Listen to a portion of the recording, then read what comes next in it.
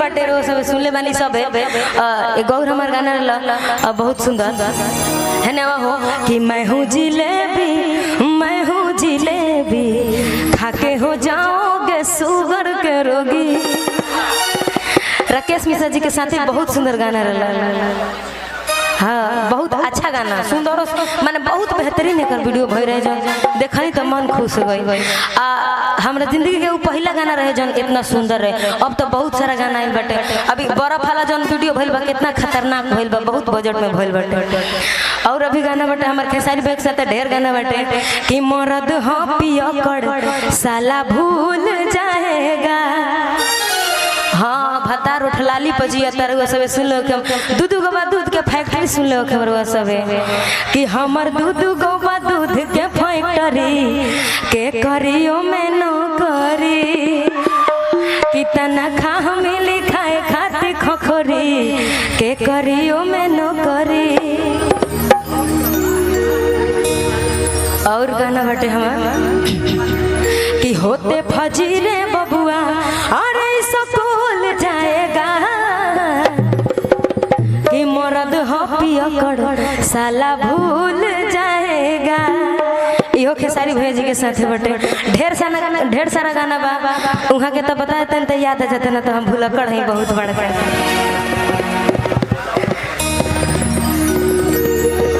और कोनो हमर गाना बताए जौन हमरा याद नहीं थे ठीक बा। रोज इतना ना गाना होला कि दिमाग पर से उतर जाला। हाँ आवाज जान बैगन ले लो सब गा देना है। कौची बैगन वाला इहो एक पीस गाने बाटे बैगन ले लो हो जौन ले लो सब बेचा जाता वीडियो में। एक नंबर गाना बहुत सुंदर बाटे है ना। वो तनी गीत गाली खूब सुंदर। हाँ हाँ सब हुई ओहो कि करब इंतजार यार पीपरा के छाँव में कि करब इंतजार यार ओह पीपरा के छाँव में कि मिले खातिर जइहा मिले खातिर जइहा बलमुआ के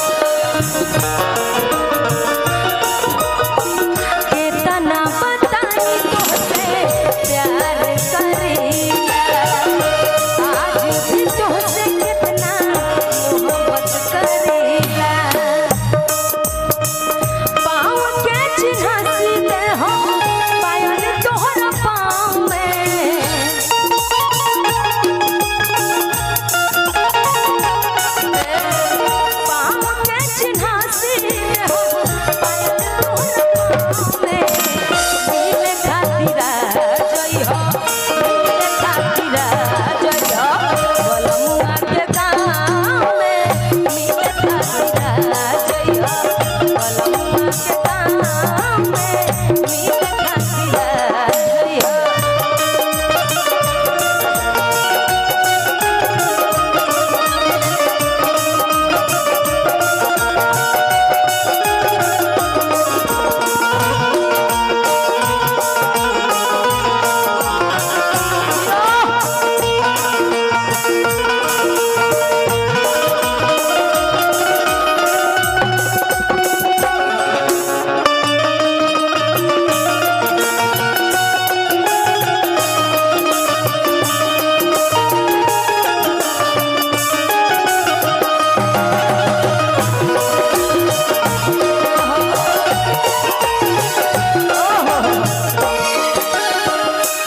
बाप हो हाय देखा तरी हाय मिले जा तरी के जब फिर दे तरी कुछ और के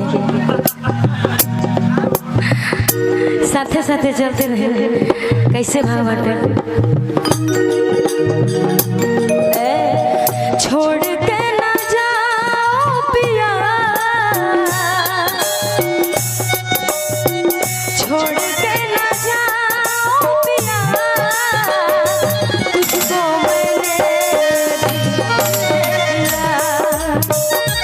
तुझको